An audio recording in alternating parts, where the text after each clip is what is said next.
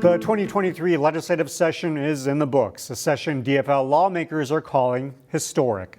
The motion prevails. The House stands adjourned until 12 noon, Monday, February 12, 2024.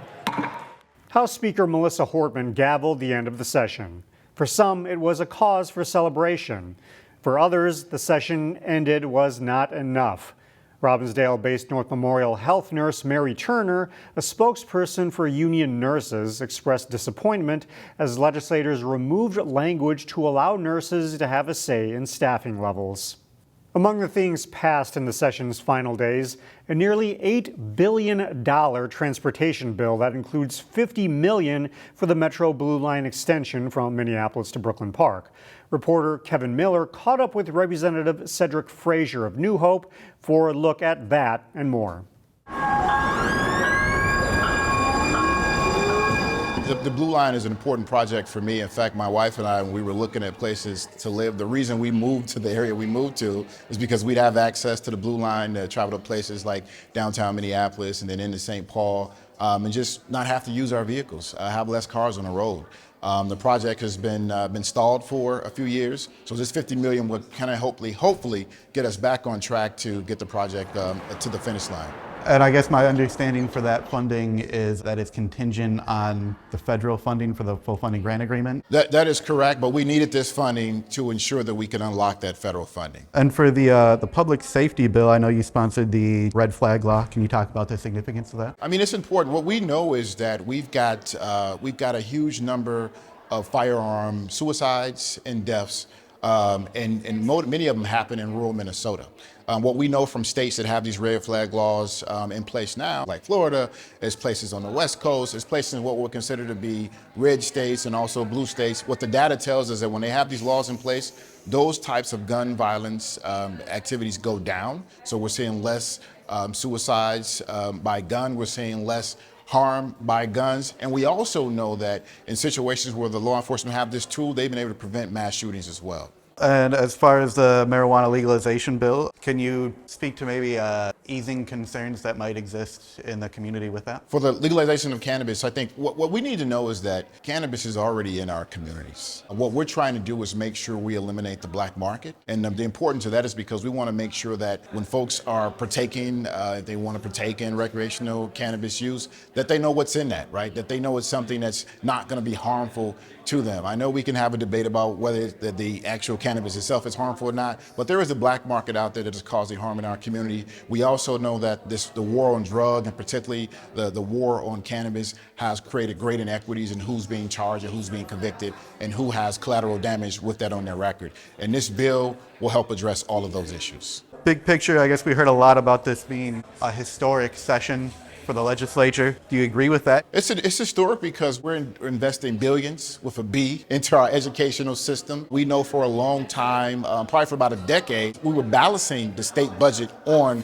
the backs of our kids. And now we're trying to play catch up. In this session, it's historic investments to play catch up to make sure our kids and our teachers have what they need to be successful. As I spoke earlier, I said that when we have great educational outcomes, we have better communities. That means we're going to have better thinkers, we're going to have better leaders, we're going to have folks that can go into careers that are going to be good for the economy, for the state of Minnesota.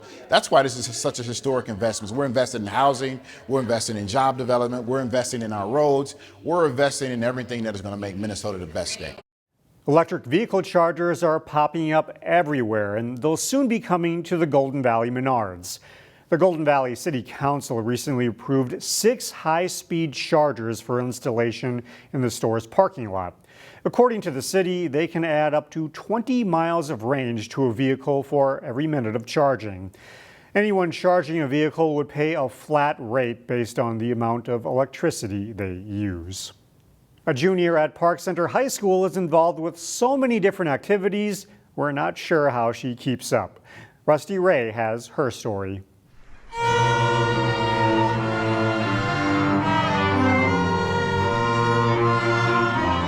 Sophia Jermstad said the theme from Star Wars is the perfect performance for her and her orchestra classmates at Park Center High School. You know, we start with the Princess Leia theme, and it's really soft, and it's really slow, and it's just really pretty. And then all of a sudden, we're going into like the Darth Vader, like it's crazy.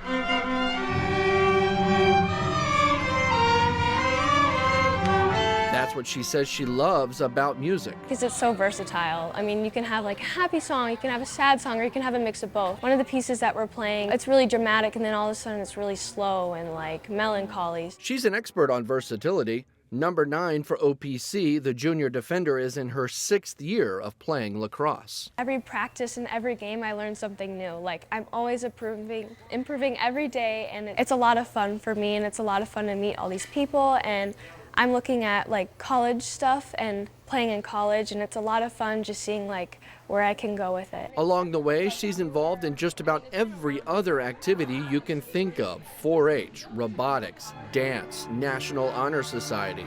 She's also in the top 15 in her class. It's a lot of time management, and I think that's going to help especially when I get to college. I have a really good calendar, and my parents are really supportive, so. And she still has time for hobbies like collecting CDs. Yes, CDs. It's something that me and my dad really connect with. He started out giving me CDs, and then my grandma gave me some, and you know, it's really fun to see like all the different designs that there are, and sometimes you get a cool poster. While she keeps thinking ahead to what's next and taking in every moment along the way. It really helps me figure out what I want to do and maybe what I'm not so interested in, but all the skills I learned help me get to the place where I'm going to be.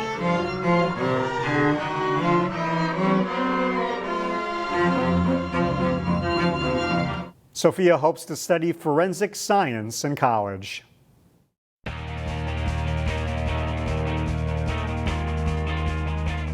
The Hopkins softball team is the top seed in the Section 6 4A tournament. The Royals are trying to make state for the 8th time in the last 15 years, thanks to the talents of a future Division I player. Signe Dose has been around Hopkins softball for a while. A starter since 8th grade, the senior is now in her final weeks with the Royals, one of 11 seniors on the roster. Most of our team comes from the same elementary school even, and if they don't, we've been playing with each other for, like I said, 10 plus years, and it's been incredible. We know each other really well. We know each other's strengths as athletes and as teammates and people, and so it's been really fun. She ranks right up there with the best that we've had here at Hopkins throughout the years that I've been here for sure, and some of the teams I know in the past. And so she's just a great all-around athlete and a great all-around teammate. Signe is the Hopkins starting pitcher most days. Rip and a miss, and Dose strikes her out. I do like pitching, yes. I like to be in control, and yeah, it's really fun to be out on the mound working for people. And really does damage at the plate. She leads the Royals in almost every hitting category and is batting nearly .450 for the season. But she won't tell us how Signe the pitcher would get Signe the hitter out. Oh, I can't share that secret. She's a 5-tool player. She has speed, she hits with power, she hits for average. She is a great competitor and bears down when the game's on the line. You want her to either have the ball in her hand on the mound, or you want her to be at the plate when there's a big time situation. Dose and the Royals are looking to get back to state for a second straight season. They finished 3rd a year ago, with Signe leading off their first tournament game with a home run. A gymnast when she was younger, Signe says she's been all in on fast pitch since committing to it full-time years ago. I think I've always been a pretty competitive person, and once I stopped gymnastics and picked up softball full-time, it was kind of go from there, and it's been nonstop since, and it's been really fun. An excellent student as well. Next year, she will attend school and play Division I softball at Northwestern University in Evanston, Illinois. I think it's a great distance from home. I toured campus. I really love the coaches, and I'm super grateful and thankful and really, really excited for these next 4 years. I'm going in undecided. I'm looking towards something in the health professions, but I'm not totally sure yet. Northwestern's getting a great human being who is a good player. For decades, Hopkins has been blessed with great talent, including in recent years 2018 grad Natalie Den Hartog and Signe's former catcher, 2022 grad Lauren Granger. And Signe Dose feels fortunate to have been part of such a great program. It's so fun to go to school here and to play softball here. To play for Coach Yancey is an honor. Something about the community and just being around these people truly brings out that Royal spirit. So Hopkins has been great. The Section 6 tournament wraps up this coming week with the state tourney the following week in North Mankato. After Wayzata won the Section 5AA boys tennis team title, spots in the individual tournament were up for grabs. The 5AA singles final was an all-Wayzata battle as top-ranked Colin Badoon beat his teammate Rishi Ranjith 6-love, 6-1. Both players advanced to state. In doubles, Colin's brother Aaron Badoon was teamed with Brad Hagan, and they defeated Maple Grove's Sheard brothers, Carter and Watson, 6-2, 6-3 in the championship match. Sheards then faced a true second match and lost to an Orono duo. State Class AA boys tennis tournament is June 6th through the 9th at Baseline Tennis Center at the University of Minnesota. That's all for sports. More CCX News after this. Find more prep sports games and highlights at ccxmedia.org and follow us on social media.